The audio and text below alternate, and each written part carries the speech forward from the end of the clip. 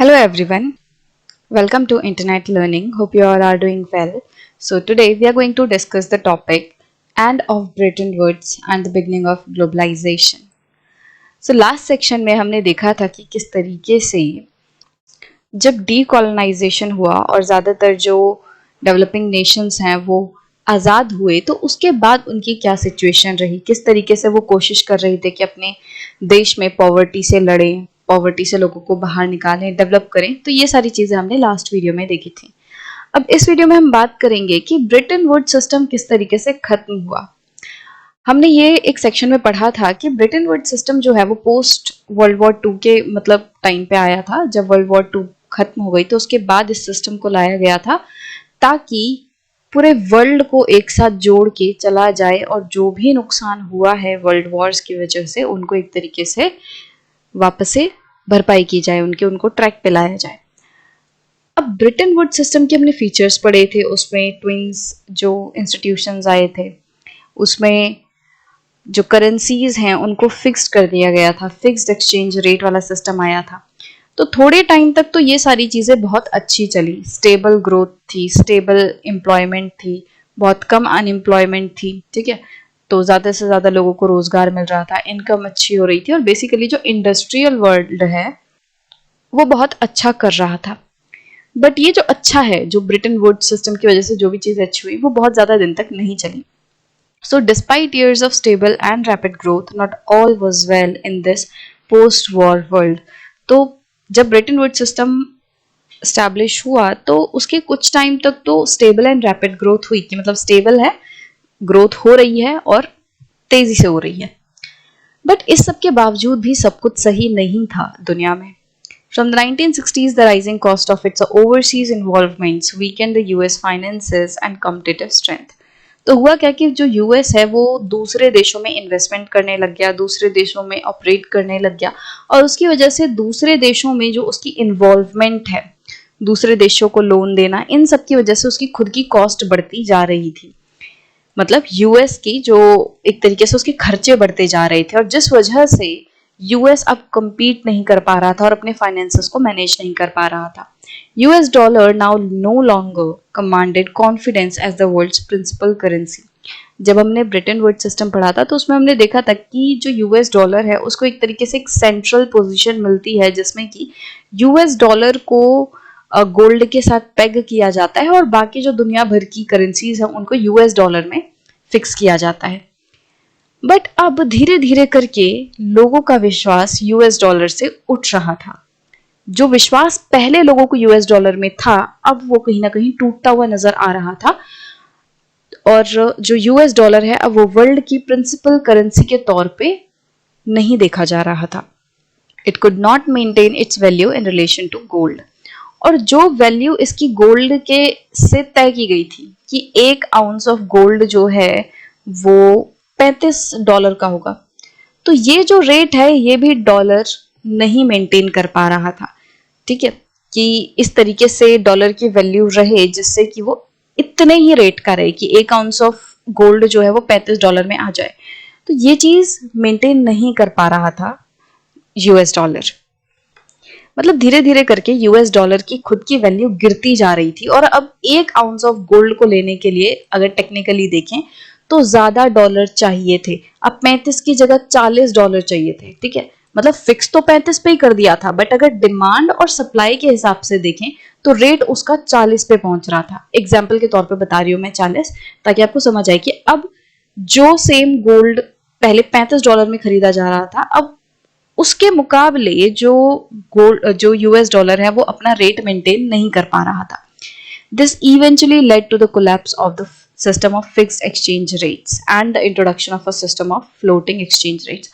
और जैसे जैसे जो यूएस डॉलर है वो अपना एक तरीके से जो रुतबा था वो खोता जा रहा था और वो अपनी वैल्यू को मेंटेन नहीं कर पाया गोल्ड के मुकाबले, तो क्या हुआ लास्ट में, जो यूएस डॉलर है वो कोलैप्स हो गया। मतलब कि यूएस डॉलर जो है अब वो प्रिंसिपल करेंसी की तरह नहीं रहा और ये जो सिस्टम था फिक्स्ड एक्सचेंज रेट का वो भी खत्म हो गया। इसके बाद एक नया सिस्टम इंट्रोड्यूस किया गया जो कि था फ्लोटिंग एक्सचेंज रेट्स का।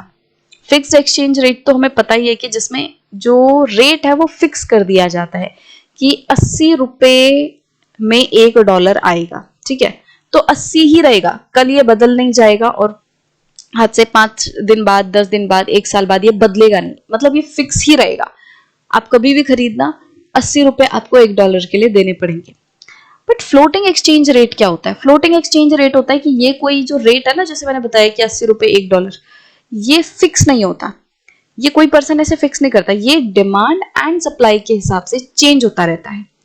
जैसे अगर आज रुपए की डिमांड अगर ज्यादा होगी तो उसका प्राइस जो है बढ़ जाएगा, ठीक है। वही अगर जो रुपीज है उसकी डिमांड कल कम हो गई तो जो रुपीज है उसका प्राइस भी, उसका रेट भी घट जाएगा। जैसे मान लो कि मैंने एग्जांपल दिया, फिक्स्ड रेट सिस्टम था 80 रुपए $1 पे, कि अगर आप $1 मेरे को दोगे तो मेरे को आपको 80 रुपए देने पड़ेंगे। तो अगर रुपए की डिमांड बढ़ गई तो इसकी वैल्यू बढ़ जाएगी, इसका प्राइस बढ़ जाएगा। इसका मतलब कि अब $1 पे मान लो सिर्फ और सिर्फ 70 रुपए मिलेंगे आपको, इसकी वैल्यू बढ़ गई, ठीक है। वैल्यू बढ़ गई मतलब अब $1 के लिए आपको 80 रुपए नहीं मिलेंगे, सिर्फ 70 रुपए मिलेंगे, ठीक है। मतलब अब हमें अगर हमारी तरफ से देखें तो क्या फायदा है? पहले अगर हमें कोई चीज खरीदनी होती थी, मान लो हमें $1 खरीदना है तो उसके लिए हमें 80 रुपए देने पड़ते थे। बट अब हमारे जो रुपए हैं उसकी कीमत बढ़ गई है, उसकी वैल्यू बढ़ गई है, और अब कम रुपए में भी हम $1 खरीद सकते हैं। तो मतलब अब हमारी करेंसी पावरफुल हो गई। वही मान लो हमारी जो करेंसी उसकी डिमांड घट जाए तो हमारी करेंसी वीक हो जाएगी, और फिर हमें मान लो सेम $1 खरीदने के लिए 90 रुपए देने पड़ेंगे। अब हमारी जेब से सेम डॉलर को लेने के लिए, सिर्फ $1 को लेने के लिए ज्यादा रुपए हमें गंवाने पड़ेंगे। इसका मतलब हमारा जो रुपया है उसकी वैल्यू कम हो रही है। किस चीज की वैल्यू कम होगी? तो वो ज्यादा अमाउंट में लगेगा। पहले सेम चीज 80 रुपए की आती थी, बट अब सेम चीज के लिए हमें 90 रुपए देने पड़ रहे हैं, मतलब अब हमारे जो रुपए हैं उसकी वैल्यू घट गई। तो इस तरीके से ये जो रेट है ये चेंज होता रहता है। ये जो एक्सचेंज रेट है कि भाई कितने डॉलर में कितने रुपए आएंगे, कितने यूरो में कितने डॉलर आएंगे, तो मतलब ये जो एक्सचेंज रेट है अलग अलग करेंसीज का, that keeps on changing on the basis of demand and supply of the currencies. तो ये है फ्लोटिंग एक्सचेंज रेट। इसमें गवर्नमेंट कोई भी इंटरवेंशन नहीं करती है, गवर्नमेंट कोई भी अमाउंट फिक्स नहीं करती। जैसे फिक्स एक्सचेंज रेट में था कि फिक्स कर दिया गया था कि ये $1 में, मतलब $1 में इतने रुपए होंगे, $1 में इतने यूरो होंगे, $1 में इतने येन होंगे, मतलब ये चीज फिक्स कर दी गई थी। बट अब ये जो फिक्स वाला सिस्टम था इसको हटा दिया गया। अब हर एक करेंसी की डिमांड एंड सप्लाई उसका प्राइस जो है डिटरमाइन करेगी, और इसमें गवर्नमेंट कोई भी इंटरवेंशन नहीं करेगी। तो अब ये जो फ्लोटिंग एक्सचेंज रेट है वो इंट्रोड्यूस कर दिया गया, और ब्रिटेन वुड्स सिस्टम में जो फिक्स एक्सचेंज रेट लाया था वो कोलैप्स हो गया। From the mid 1970s, the international financial systems also changed in important ways. तो 1970s से जो इंटरनेशनल फाइनेंशियल सिस्टम थे वो भी काफी ज्यादा चेंज हो गए। इंटरनेशनल फाइनेंशियल सिस्टम मतलब दुनिया भर के देश जिस तरीके से अपनी अपनी जरूरतों को फाइनेंस कर रहे थे। तो पहले क्या हो रहा था, पहले जो डेवलपिंग कंट्रीज हैं वो इंटरनेशनल इंस्टीट्यूशन से लोन ले लेते थे और डेवलपमेंट असिस्टेंस ले लेते थे कि कैसे डेवलप करना है, आप हमें थोड़ा सा लोन दे दो। तो जो इंटरनेशनल इंस्टीट्यूशंस थे जैसे वर्ल्ड बैंक वगैरह और IMF, इनसे लोन ले लिया जा रहा था डेवलपिंग कंट्रीज द्वारा, ताकि वो अपना जो भी खर्चा वगैरह उसको फाइनेंस कर सकें। बट अब क्या हो गया था 1970s, जो मिड 1970s उसके बाद से क्या हो गया था कि अब डेवलपिंग कंट्रीज मजबूर हो गई थी वेस्टर्न कमर्शियल बैंक्स से एंड प्राइवेट लैंडिंग इंस्टीट्यूशन से लोन लेने के लिए। मतलब पहले जो इंटरनेशनल इंस्टीट्यूशन से लोन लिया जा रहा था, अब वो डेवलपिंग कंट्रीज के लिए वो लोन लेना मुश्किल हो गया था। अब मजबूरी में आके जो ये डेवलपिंग कंट्रीज हैं वो कहाँ से लोन ले रही थी? वेस्टर्न कमर्शियल बैंक से। मतलब एक तरीके से जो वेस्टर्न नेशंस के, मान लो US है, उनका कोई बैंक है, या यूरोप में कोई बड़ी बैंक है, उनसे अब लोगों को लोन लेना पड़ रहा था। जो इंटरनेशनल इंस्टीट्यूशंस होते हैं वो बेसिकली गवर्नमेंट के होते हैं, वहां पे गवर्नमेंट रोल प्ले करती है कि IMF है, वर्ल्ड बैंक है, और वहां बहुत सारे देश, 44 देशों की गवर्नमेंट आके बैठी है, ठीक है, गवर्नमेंट पार्टिसिपेट कर रही है। But when it comes to commercial banks तो वहां पे कोई गवर्नमेंट नहीं है, वहां पे प्राइवेट कंपनीज हैं, वो कमर्शियल बैंक्स हैं, वहां पे कोई गवर्नमेंट का रोल नहीं है। तो मतलब कि देशों को अब वेस्टर्न देशों के कमर्शियल बैंक से लोन लेना पड़ रहा था। या प्राइवेट लैंडिंग इंस्टीट्यूशन से लोन लेना पड़ रहा था डेवलपिंग कंट्रीज को। और जब इंटरनेशनल इंस्टीट्यूशन से लोन लिया जा रहा था तो वो कंपैरेटिवली थोड़े सस्ते रेट्स पर था कि आपको ज्यादा इंटरेस्ट देने की जरूरत नहीं है। But when developing countries had to borrow from commercial banks, then the rate of interest these commercial banks were charging was very high. तो ये जो western commercial banks and private lending institutions जो rate charge कर रहे थे loan देने के लिए वो काफी ज्यादा था कि हम आपको लोन देंगे, इसके लिए आपको मान लो 15% इंटरेस्ट देना पड़ेगा, 20% इंटरेस्ट देना पड़ेगा। तो मतलब ये महंगा पड़ रहा था डेवलपिंग नेशंस को, क्योंकि जब हम लोन लेते हैं तो लोन में क्या होता है कि हमें प्रिंसिपल अमाउंट तो देना ही होता है बट उसके साथ साथ कुछ इंटरेस्ट भी देना होता है, तो ये इंटरेस्ट काफी भारी पड़ता है। अगर इसका रेट बहुत ज्यादा होता है तो कई बार दिक्कत होती है। तो जो ये डेवलपिंग कंट्रीज थी अब ये एक डेट क्राइसिस में फंस रही थी, मतलब ये कर्जे के तले दबती जा रही थी, लोगों की इनकम ज्यादा नहीं थी, पॉवर्टी और ज्यादा बढ़ रही थी। और ये जो सिचुएशन है और ज्यादा बुरी थी अफ्रीका एंड लैटिन अमेरिका के जो देश हैं वहां पे। The industrial world was also hit by unemployment that began rising from the mid 1970s and remained high until the early 1990s.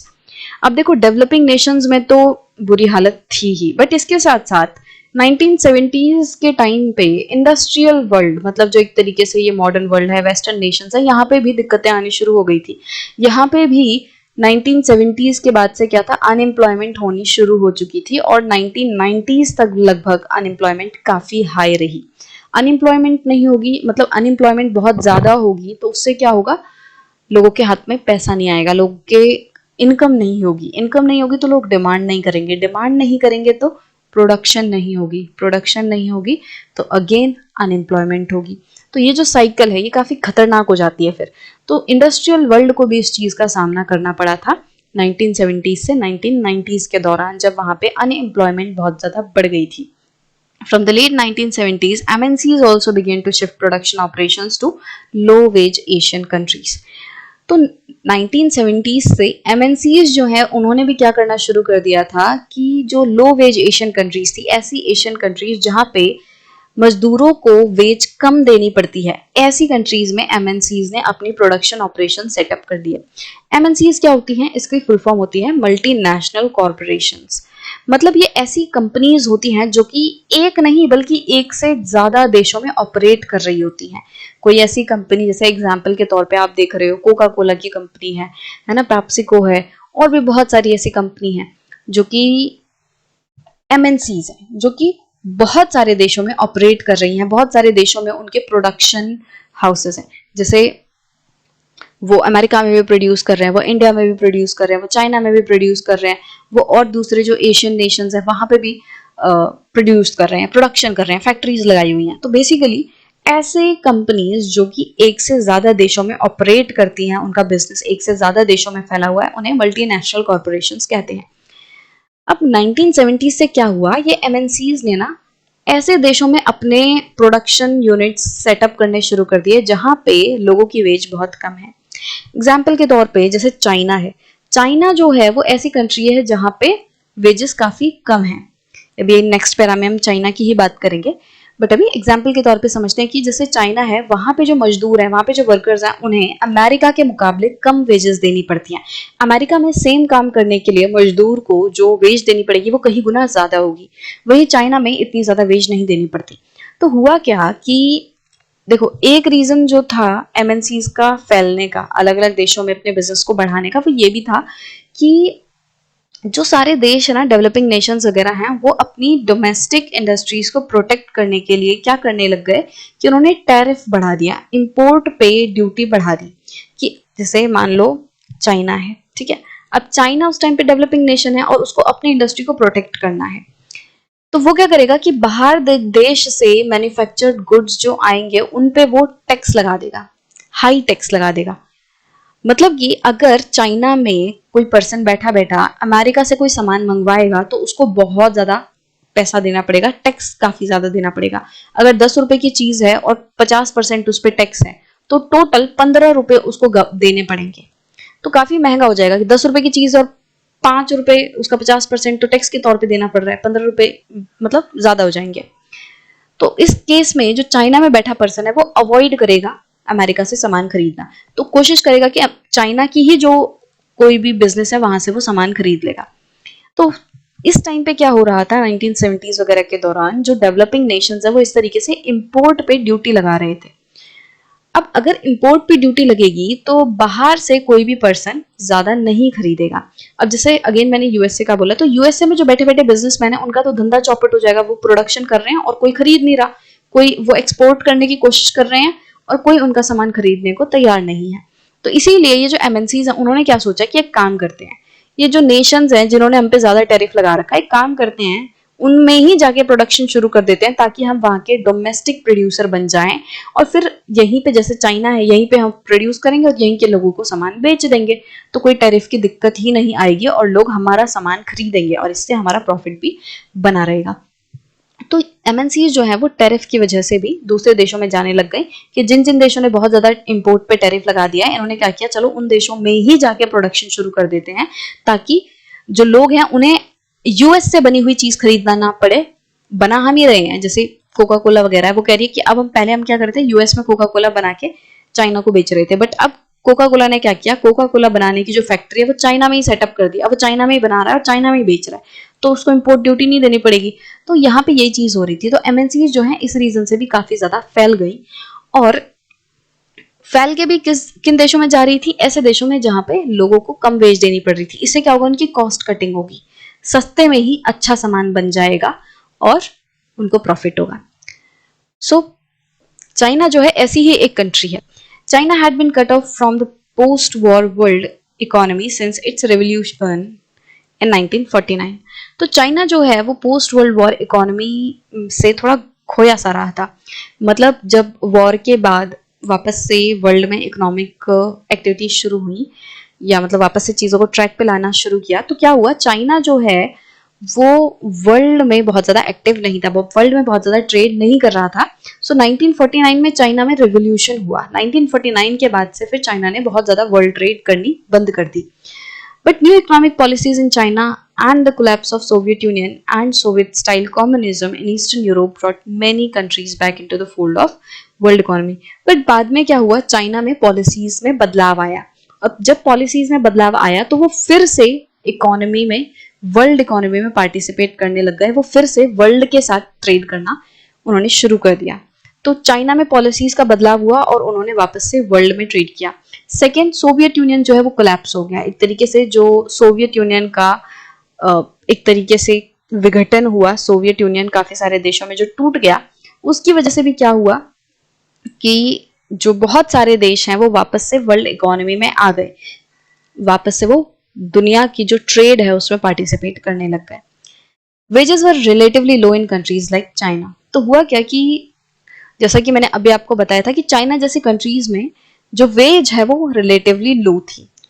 सो इसीलिए चाइना जैसे देश जहां पे वेजेस काफी लो हैं वो एमएनसीज के लिए अट्रैक्टिव डेस्टिनेशन बन गए कि एक काम करते हैं, ऐसे देशों में ज्यादा से ज्यादा अपने फैक्ट्रीज, अपने बिजनेस यूनिट सेटअप करते हैं जहां पे कम वेजेस होंगी।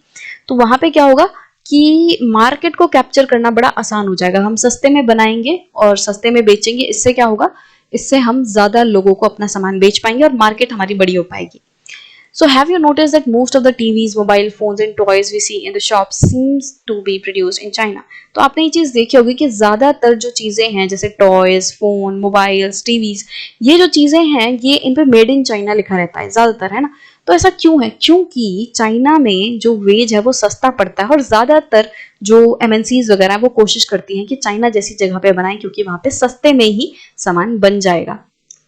इंडिया भी एक ऐसा ही देश की तरह उभर के आ रहा है क्योंकि यहाँ पे भी बहुत ज्यादा वेजेस नहीं है, यहाँ पे भी सस्ते में जो एमएनसीज उन्हें काम मिल जाता है। तो अब आपने देखा होगा कि एप्पल जो है वो भी इंडिया में आ रहा है, टेस्ला जो है वो भी इंडिया में आ रहा है, और भी अब जो दूसरे बड़ी कंपनीज है वो अब इंडिया को चाइना के ऑल्टरनेटिव की तरह देख रही हैं कि चाइना में जिस तरीके से कम वेजेस पे काम हो जाता है, इसी तरीके से इंडिया भी एक नेशन है जहाँ पे कम वेजेस में काम हो जाता है। तो इंडिया में भी अब एमएनसीज अपने जो बिजनेस यूनिट्स हैं वो सेटअप कर रही हैं, क्योंकि जैसे हमने कोरोना के टाइम पे देखा था, कोरोना के टाइम पे क्या हुआ था कि सारा जो वर्ल्ड है वो बहुत ज्यादा डिपेंडेंट था चाइना में। अब अगर कोरोना जैसी सिचुएशन वापस आ जाती है तो जो दुनिया है वो एक ऑल्टरनेटिव लेके चल रही है कि हमारे पास कोई दूसरा देश ऐसा हो जिस पे हम डिपेंड कर सकें। पहले सिर्फ चाइना पे ही डिपेंड करते थे, मतलब बहुत ज्यादा बड़े लेवल पे प्रोडक्शन सिर्फ चाइना में हो रही थी, जो बड़ी बड़ी एमएनसीज हैं, कि चाइना से ही इंपोर्ट हो रही थी चीजें दूसरे देशों में, है ना।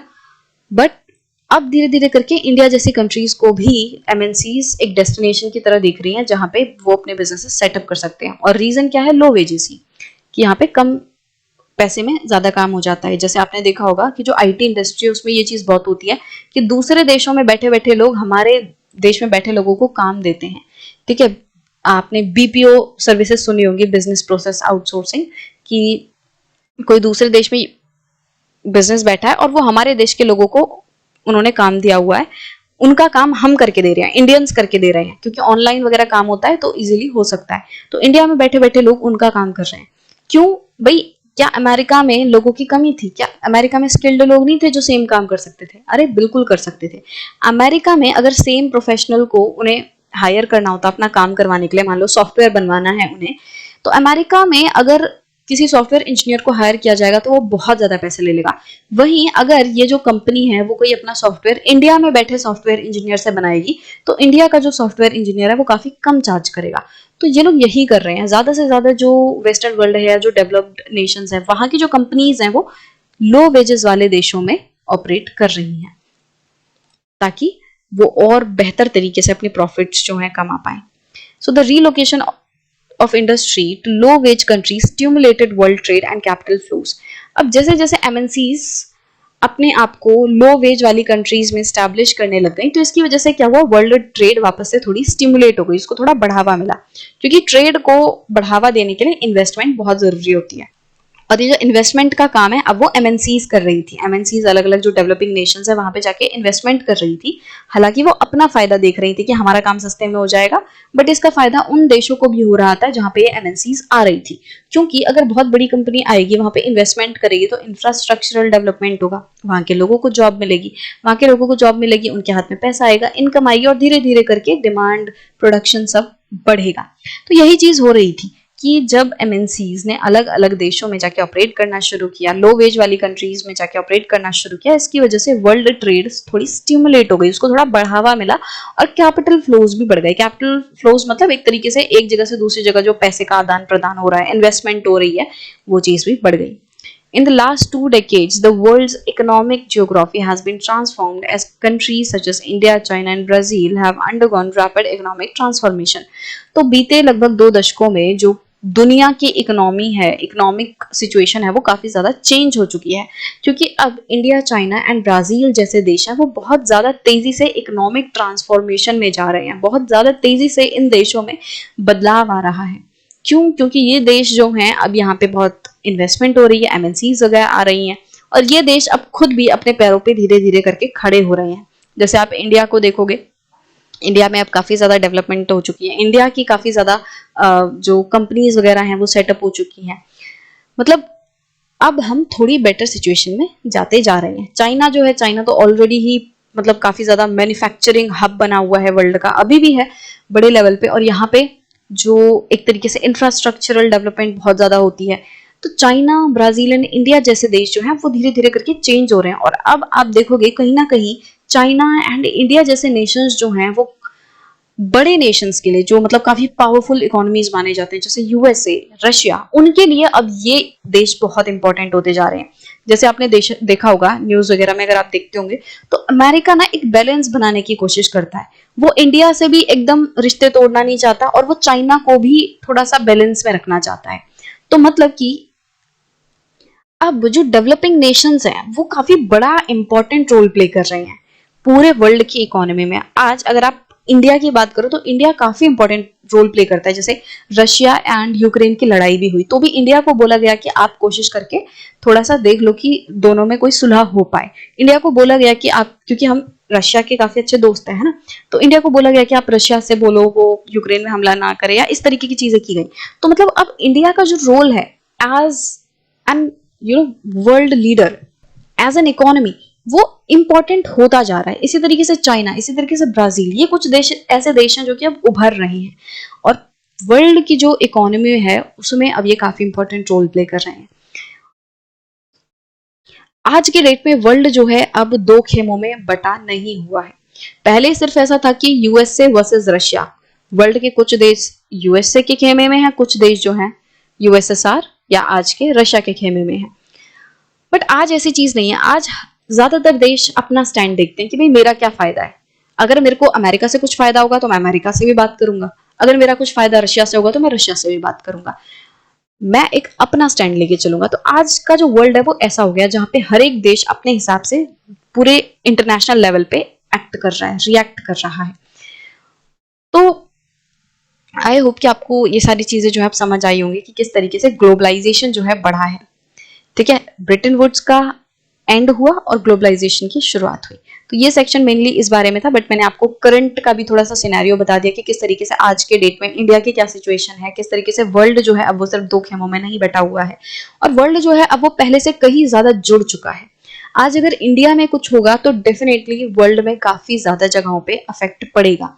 वर्ल्ड में अगर कहीं पे भी कुछ होगा, जैसे रशिया यूक्रेन की लड़ाई हुई, तो उसका असर हम पे पड़ा है ना। आज के डेट में वर्ल्ड इतना ज्यादा कनेक्टेड है कि अगर कहीं पे थोड़ी भी हलचल होगी तो वर्ल्ड के दूसरे पार्ट में उसका इफेक्ट दिखाई देगा। तो यही है ग्लोबलाइजेशन। और आई होप कि ये जो पूरा चैप्टर है इसमें आपको ये चीज धीरे धीरे करके समझ आई होगी कि कैसे हमने शुरू किया था, किस तरीके से धीरे धीरे करके लोगों ने अपने देशों से बाहर निकलना शुरू किया, ट्रेड करनी शुरू की, दूसरे देशों से बात करनी शुरू की, दूसरे देशों के साथ उनके कल्चरल एक्सचेंज हुए, है ना, ट्रेड का आदान प्रदान हुआ, सामानों का आदान प्रदान हुआ, और इससे धीरे धीरे धीरे करके क्या हुआ, सारे देश आपस में इस तरह जुड़ गए कि अब अगेन एक जगह पे कुछ होता है तो दूसरी जगह पे उसका असर दिखाई देता है। अब ग्लोबलाइज्ड पूरी इकोनॉमी हो चुकी है। कैसा हो चुका है, अब जो दुनिया है वो वर्ल्ड जो है वो कनेक्ट हो चुका है। तो यही हमारा पूरा चैप्टर था कि making of a global world, कि जो ग्लोबल वर्ल्ड है कैसे बना, कैसे इतने ज्यादा कनेक्शंस हुए, कैसे आज जो कनेक्शन हमें दिखता है, इंटरकनेक्टेडनेस हमें वर्ल्ड के बीच में दिखती है, वो कैसे बनी। तो आई होप कि ये सारी चीजें आपको क्लियर होंगी। और इसी के साथ हमारा जो चैप्टर नंबर 3 है वो खत्म होता है। I hope you like this video. If you do, then please give it a thumbs up. And if you are new to the channel, then please subscribe it. And don't forget to press the bell icon so that you never miss an update. So we will meet in the next video with a new chapter. Till then, bye bye.